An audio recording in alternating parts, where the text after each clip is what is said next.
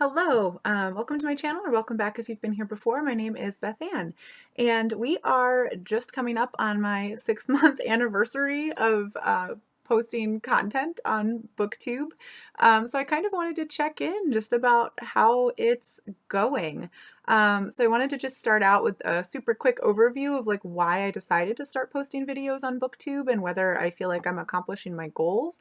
And then I also wanted to just dive into what I think of as just kind of how I booktube, and not necessarily my content creation, but how I interact with the booktube community. And the reason that I thought of that and wanted to do it was because I watched a Friday live video on Margaret Pinard's channel. It was a live that she did on March 19th with Sina from Beating Around the Books and Katja Weinert.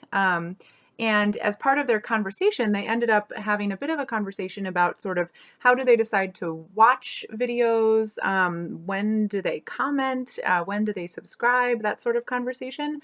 And so now that I've spent 6 months creating content, not just watching content on Booktube, and have been a lot more active in the community, or the tiny little corner of the community that I interact with, I wanted to just sort of think through and talk about how I choose like when and where to interact. So that's just sort of a brief outline of where I'm going with this video.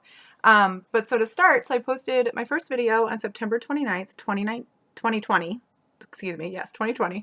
And the reason I'd been watching Booktube only for a few months, and it was just getting me more and more excited about reading and wanting to think more about the books that I read. And then it also just coincided with the pandemic. I essentially started watching Booktube and kind of discovered it a little bit into the pandemic. And then over the summer, I was watching more and more.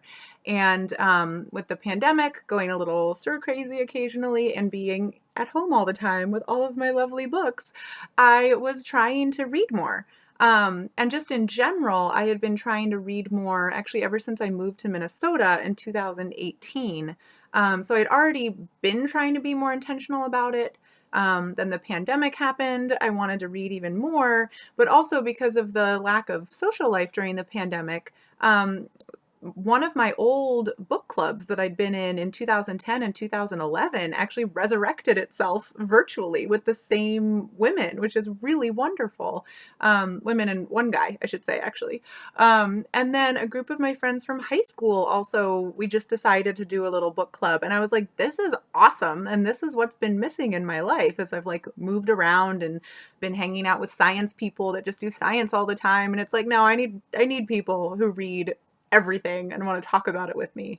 And then I decided that those two book clubs weren't enough. I'm also part of a sort of a racial justice book club and discussion group related to my profession as well. And we were reading some books around those issues over the summer and fall. And yeah, it just wasn't enough. And so it was like, maybe I should start joining conversations on Booktube. And so that's what I did in September. But the overarching goal is to make me read more. And I'm not a person, I don't think anybody really is, who values quantity over quality. Obviously, we all want to be reading books that we think are really good. But part of that is that I do want to be just reading greater numbers of books. And for me, it's a trade-off between, am I watching TV or am I reading books? And obviously, sometimes I'm just in a mood for TV, or there's something that I really want to watch. Like there's some great series coming out soon that I'm really excited about, like Wheel of Time.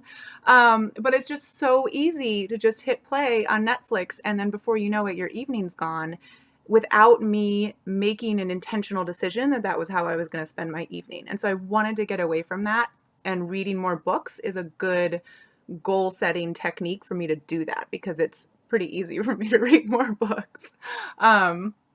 So yeah, so then is it working? So I looked up just how many books I'd been reading in each month since I started Booktube compared to the year previous. So in October 2020, I had just started my Booktube channel. I read 8 books. In October 2019, a year before that, I had read 7, so just an increase in 1. But then I started kind of ramping up. So in November, in 2020, I read 9 books compared to 6 in the previous year. In December, I read 11 books compared to 7 in the previous year. And remember that all of this is against a backdrop where like 2 years before I started my booktube channel, I was already starting to read more. If I were to go back and look at the years in grad school, it's like some years I'd be lucky if I read 20 books in an entire year. So anyway, so January of this year, 2021, I read 13 books compared to 6 in January of the previous year. February, I read 8 books compared to 6 in February of the year previous. And in this month, March, so far I have read 8. I am expecting to finish at least one more, so I should be at 8 or 9. I should be at 9, maybe even another one if I have a great weekend. Last year in March, I read 1 book in 2020. What was going on in March? I don't remember. So I would say that BookTube is accomplishing my goal. And I was actually a little surprised. I hadn't realized how much I had been reading actually a year ago. And so I think part of it is that because I'm interacting with more of a community of readers than I used to, because I am thinking more about the books that I read and I'm talking about them and I'm more excited about them, it feels like I've read even more, if that makes any sense at all. Like I was surprised that that the numbers were actually not as distant as I thought they would be comparing to the year previous. And that's, that's really what I wanted, was for reading to feel so fulfilling that it's once again the thing that I want to turn to. And so BookTube was a way to try to make that happen. And so I think that's been a big success. And then just thinking about how I BookTube. How do I BookTube? So it's changed a little bit, although I'm still, I think I probably subscribe to a lot fewer channels than a lot of people. So I only subscribe to 152 channels. Some of those are not BookTube channels. And I actually do need to go through and clean some out, actually, because some of them are channels that haven't been active in quite a long time. So I think I'm going to come up with some rule of thumb for myself, or maybe if somebody hasn't posted in 6 months or hasn't posted in a year, maybe I'll unsubscribe just to reduce the length of the list, because that list of channels can be a little bit stress inducing.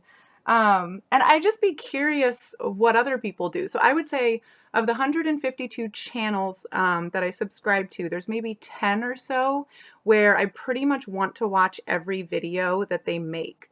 And that's not necessarily like I very much like more than 10 BookTube creators, but I am, especially now that I'm 6 months in and I've subscribed to more channels, I don't want to watch just like every video. And so I think I am starting to be a little bit pickier about the types of videos that I'll watch, or like what I'm in the mood for. Like I'm a mood BookTube watcher. I'm not really a mood reader. Sometimes I am, but I'm a mood BookTube watcher. So sometimes I'm just not in the mood for a haul. And so I might skip somebody's haul video and then never come back to it. And then partly it's also like when I'm watching BookTube. So I've mentioned this before a little bit, I think, but I mostly actually just listen to BookTube, because what I'm here for is to hear people talk about the books. And so I do like a lot of coding and data sort of tasks for work. And so sometimes I can listen to BookTube while I do that. Also when I'm doing things like folding laundry or cooking, where you're just kind of checking in with the video occasionally, but mostly you're just absorbing the information orally through your ears. And so things like vlogs, I do love to watch them when I want to actually sit down and watch a video, but I do that actually pretty rarely, because mostly what I'm doing is listening. And so for that reason, that's why I'm saying there are probably only 10 channels where I literally watch everything that they put out. And there are many more than that. There are probably like 30 or something where in a perfect world I would, because I like the booktuber that much. I want to hear everything that comes out of their mouths around books. But I just am not, like, the types of videos that are interspersed in the content aren't always things that fit with my schedule or what I want in a particular moment. And then I used to be better when I followed fewer channels about actually kind of keeping up on a day-to-day basis with new video releases. And now what I find myself doing more is somebody will kind of pop up in my feed, and so I'll click through and I'll go watch that new video, but then I'll also look back through however long it's been since I watched their video. Sometimes it's a full week since I've watched one of their videos. And so I'll see if in that week, did they put out any other video that I really want to see? And so I'll often comment on like 2 or 3 or even 4 videos by the same person kind of in a row in one day. So if you ever see me doing that, you know, that's kind of why, is I've become kind of less good at keeping up with the content as it's released, and do more of like catching up with channels on a regular basis. So that's sort of something that's changed. Another thing is that when I first started out, I would try to leave a comment on every single video I watched, which is nice. I think, you know, engagement helps, especially for people who do care about the algorithm and are trying to build a following. And I really want to support that for the channels that I like. But that got to be a little much. And so it's only been like the past month or so where like sometimes I won't comment, you know, like I might enjoy really watching something, but I'm a little bit more picky now about commenting really only if I feel like I have something new to contribute or something interesting to say. I mean, sometimes, you know, for some booktubers, especially ones where I feel like I have a little bit more of a relationship developed, I might do the sort of comments that are just like, yay, oh my gosh, love your video, you know, those sorts of things. Yeah, I don't know. That's not a hard and fast rule. So please don't go judging my comments for like, oh, Bethanne didn't actually add anything to this conversation. So yeah, so I just, yeah, I'm now not always commenting on videos I watch. Yeah, I don't know, that still feels a little bit weird to me. And then, yeah, who to subscribe to is an interesting thing. So there are some of the, I know they're not like big, like, because there are some booktubers that have what, 250,000 followers or something, subscribers. But I'm talking about more like the 6,000 subscribers or even like the 1,500 subscribers. Like there are some of those booktubers where it's like I do actually really like their content, and I just ended up I should just subscribe, and I just haven't. But like some of those bigger booktubers, I just don't even comment. Usually, and sometimes don't subscribe because they get recommended enough by other videos that they're like on my radar. Yeah, and I just need to subscribe to some, like if I'm regularly watching your videos, I should subscribe to you. But yeah, it's my personal activity tends to be a little bit more geared towards the smaller channels, just because you can start kind of building relationships and have the interaction that we're all on Booktube for. You know, sometimes it can feel just like a little silly to comment on a larger channel just because it's like they're never gonna, you know, notice my comment. Like this person already has their own circle of like Booktube friends and stuff. And I know that's not, I mean, every larger booktuber, medium size booktuber I have interacted with, like they're all very nice and they love learning about smaller channels. It's just that there's so much going on Booktube, nobody can keep up with all of it. But so sometimes like I just have a limited amount of time and a limited amount of effort. And so I do tend to channel it more towards smaller channels, just because, you know, they're the ones who are just getting started and, you know, probably joined Booktube for the same reasons I did, to actually connect with people. And it's easier to connect with someone who doesn't have as much going on in terms of, you know, like storms of comments and things like that. So that's sort of where some of my priorities lie. But now I'm feeling bad when doing this video for like some of the channels that are sort of that medium size that like I'm very well aware of and occasionally watch videos of and like, and should just subscribe, like just commit, Bethanne. So anyway, so I think those are the things that were sort of on my mind. So I will link to the live chat that I mentioned that kind of just got me started thinking about these things. And I would love to hear how other people booktube. You know, how often do you comment? What types of channels do you subscribe to? What do you do when you're listening or watching booktube? You know, are you doing chores or eating dinner or, you know, actually sitting and enjoying the full entertainment that Booktube provides? I just love to know some of those things, how other people are doing it, because I like to think about it because I'm a huge nerd.